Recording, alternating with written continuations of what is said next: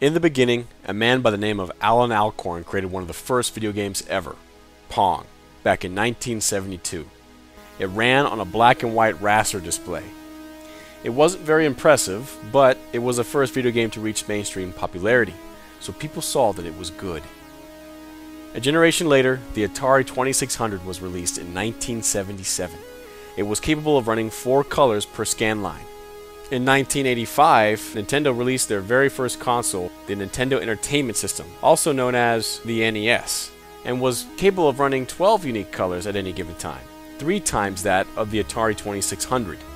Then, in 1989, Sega came out with its second generation console, the Sega Genesis, and it was capable of 64 colors at once, and sported a much more powerful 16-bit CPU that far exceeded the NES's 8-bit CPU.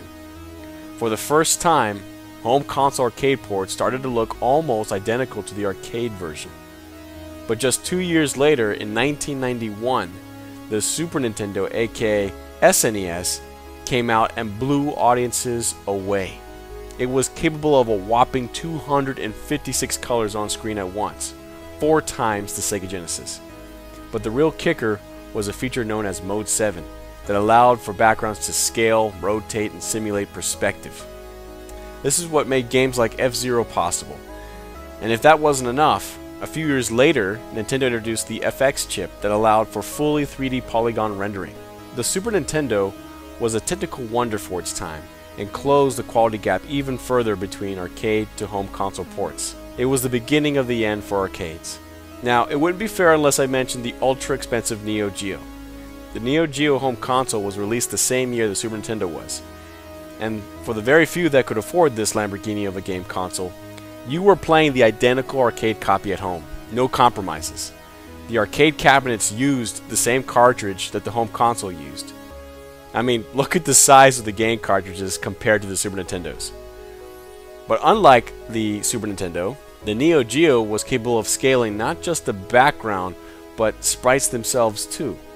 This is why the hover cars in F-Zero popped in scale. Also, Neo Geo game cartridges were up to 716 megabits in size, compared to Super Nintendo's tiny 48 megabit limit. Fast forward to 1996, Nintendo's successor to the famous Super Nintendo came out, the Nintendo 64. Many believe this generation saw the greatest graphics leap in history, because this was the generation that basically went from 2D to 3D. Super Mario 64 was mind-blowing for its time. Seeing Mario run around a detailed 3D world that had incredible draw distance was something to cry over. Between PlayStation and Nintendo 64, 2D games were being phased out as 3D became ultra popular. No longer were the amount of colors an issue, as now consoles were able to display many more unique colors than there were pixels available. Everything was about polygon count and texture quality. Did you notice that PlayStation games had pixelated textures and Nintendo 64 had smooth, clean-looking textures? Well, that's because Nintendo 64 had a feature called texture filtering that was used to smooth edges of pixels on textures when scaled beyond their original size. Sega then released its final home console, the Sega Dreamcast, back in 1999. At this point, games either looked as good as the arcade version or far better, and there's no better example of this than the amazing Soul Calibur for Sega's Dreamcast. Now, home console games were pushing upwards of 7 million polygons, and texture resolutions were much higher than the generation before.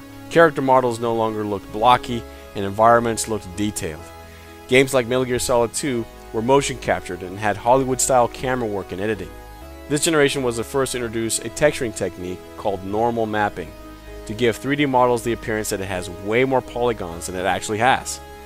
This technique is used in games like Halo 2 and Chronicles of Riddick: Escape from Butcher Bay, and is now a commonly used technique in most modern games.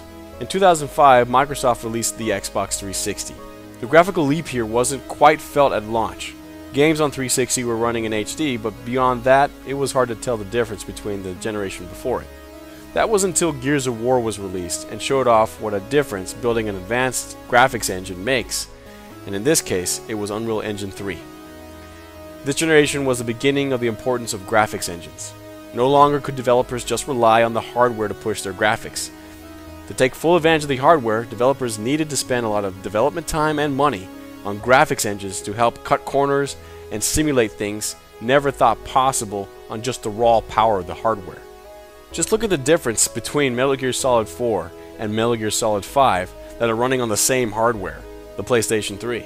Kojima Productions spent a few years developing the Fox engine to do things like very realistic lighting effects and advanced shaders. Now the year is 2014 and we have PlayStation 4 and Xbox One.